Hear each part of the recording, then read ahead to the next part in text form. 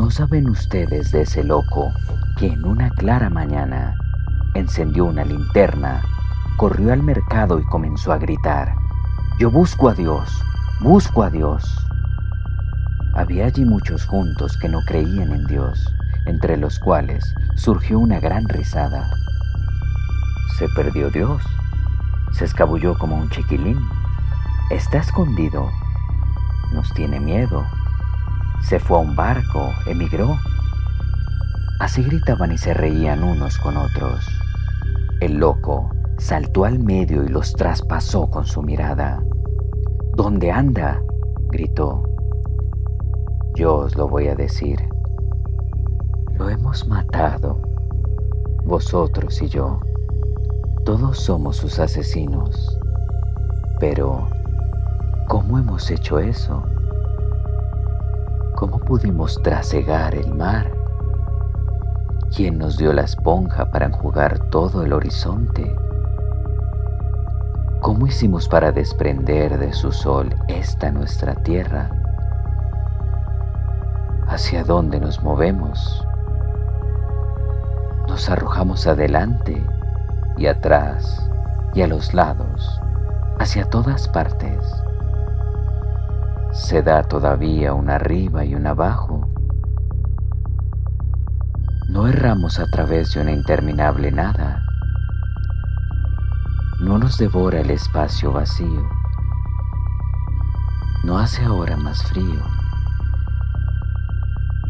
No cae más y más la noche y es más noche. Tenemos que encender luces al mediodía. No oímos el ruido de los sepultureros que entierran a Dios. No olemos la pudrición divina. También los dioses se pudren. Dios es muerto. Dios queda muerto. Nosotros lo matamos. ¿Cómo nos consolaremos, asesinos más que asesinos, asesinísimos? Lo más alto y sagrado que el mundo poseía ha desangrado bajo nuestros cuchillos. ¿Quién limpiará de nosotros esta sangre?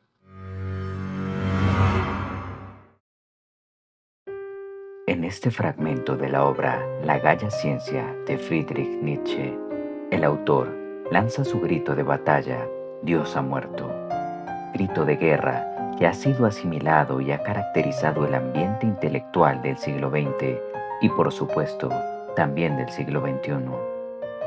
Es el tiempo de los asesinos, como diría Rimbaud, contemporáneo de Nietzsche y profeta del convulso y calamitoso siglo XX.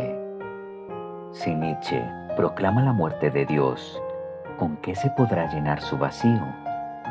Se deberá crear entonces al superhombre, y esto mediante la voluntad de poder que creará una nueva escala de valores invirtiendo la actual.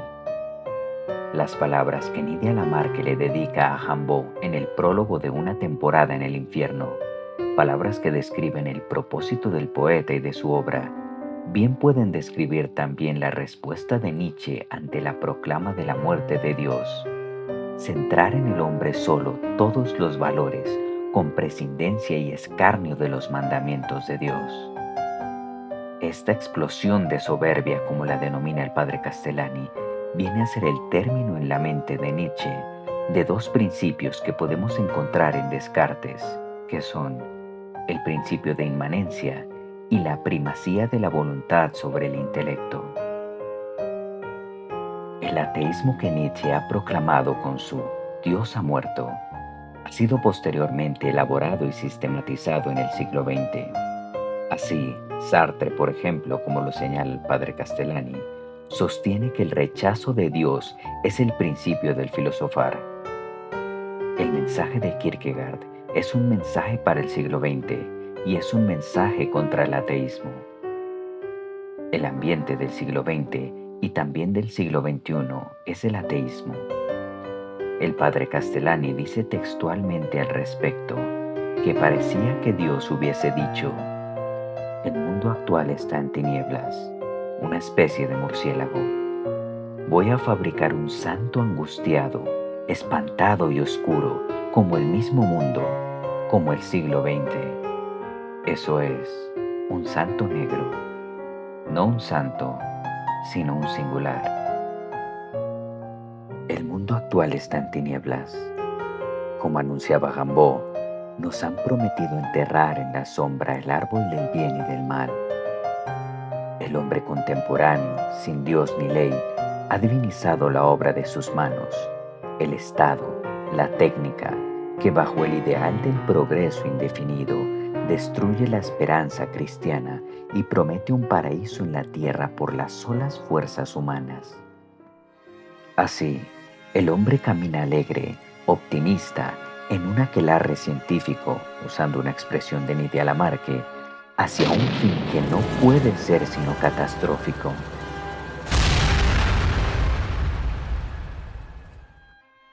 Por otro lado, el nihilismo, que es consecuencia de haber abandonado a Dios, de haber negado la necesidad de la fundación en Dios o de haber negado la existencia del propio Dios, desemboca en la desesperanza de una vida sin sentido, por lo que, para aturdirse y para olvidar lo eterno que tiene en sí, el hombre se entrega al placer desordenado de sus sentidos, auspiciado por un siglo que celebra los instintos como rectores lícitos de los actos. Hoy, la gran mayoría de los hombres viven en categorías puramente estéticas. Son masa, número. Viven una vida inauténtica. No son individuos, pues no se han escogido a sí mismos. Estos hombres y mujeres no poseen propiamente un yo, sino que viven en la superficie de su yo. Se rigen por la inmediatez y el placer, adolecen de interioridad. Gran parte de estos hombres viven sus vidas a un ritmo vertiginoso. Ignoran o no tienen tiempo para las cosas del espíritu, sino que solo pueden ver su actividad económica y profesional. Falta profundidad y falta interioridad. Este hombre masificado no es un individuo. El hombre, para llegar a ser individuo, debe cortarse de lo general. ¿Es el individuo entonces un ermitaño, un anacoreta que vive solo en un desierto, lejos del mundo y de la civilización? ¿Acaso es posible que todos los hombres se separen de lo general? ¿O es acaso el individuo un genio que por su misma genialidad se sale de lo convencional y está por encima de los demás hombres? Castellani responde a esto en su obra de Kierkegaard a Tomás de Aquino, diciendo que el singular no es una cosa rara, es una cosa común a que todos estamos llamados, como estamos llamados a la santidad, lo cual no quita que pocos serán los escogidos. No es necesario ser un genio literario, un genio filosófico y un genio teológico a la vez, como Kierkegaard. Él, el singular, se corta de lo general, o a veces lo cortan, pero es para retornar fortalecido a lo general, o bien ponerse al servicio de ello. El singular no debe ser un excéntrico. El hombre más extraordinario es aquel que por dentro es extraordinario y por fuera es lo más ordinario que pueda. Singular es pues el que los tomistas llaman persona. Los que no son singulares constituyen la masa. Kierkegaard aborrece la masa. La masa cuando tiene poder es el peor de los tiranos y el mundo se va masificando. Para poder ser cristiano hay que salirse de la masa. El mayor favor que se puede hacer a un hombre es hacerlo singular. Proposiciones extremosas que bien consideradas son veraces. El hombre contemporáneo ha olvidado a Dios y ha olvidado que tiene un deber absoluto para con Dios, y el costo de esta escisión, de este desgaje de la divinidad, es la pérdida de sí mismo. El hombre se ha perdido a sí mismo, pues su existencia no es más que la ignorancia o la negación de lo eterno que lo constituye. Se ignora o se niega lo eterno. El hombre se quiere desembarazar de lo eterno que hay en él, y esto no podrá ser en toda una eternidad. Es en definitiva un desesperado.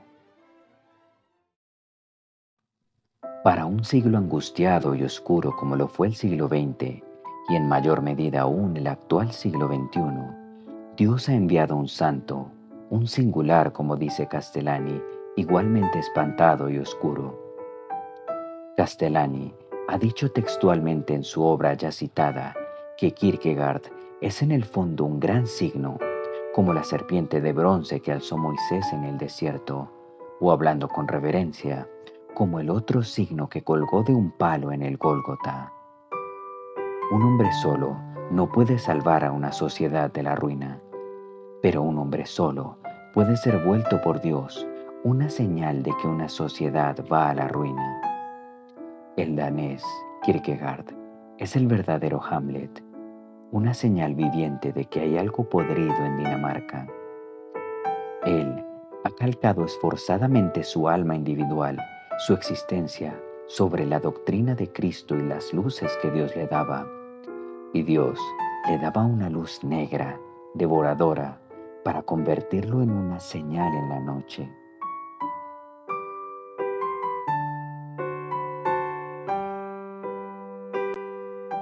¿Por qué Kierkegaard es relevante hoy? ¿Qué importancia tiene para el mundo de hoy un pensador danés que vivió durante la primera mitad del siglo XIX? ¿Por qué deberíamos interesarnos en su mensaje? Porque a pesar de que Kierkegaard vivió en el siglo XIX, su mensaje iba dirigido al siglo XX, como decía Castellani, y también al siglo XXI. Es un mensaje contra el ateísmo que se inscribe dentro de la perspectiva contemporánea, dentro de un marco antropocéntrico.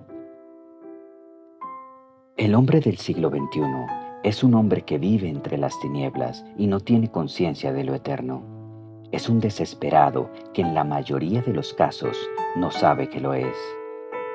La filosofía de Kierkegaard tiene como propósito el despertar las conciencias. En lo que concierne a nosotros, queremos simplemente señalarlo, llamar la atención para ayudar a dirigir la mirada de los hombres hacia el gran signo, la señal en la noche. Precisamente ahora, cuando cae más y más la noche y es más noche, usando las palabras de Nietzsche. Si quieres conocer más sobre el contenido de este canal, te invitamos a que visites nuestra página web arteysabiduría.com.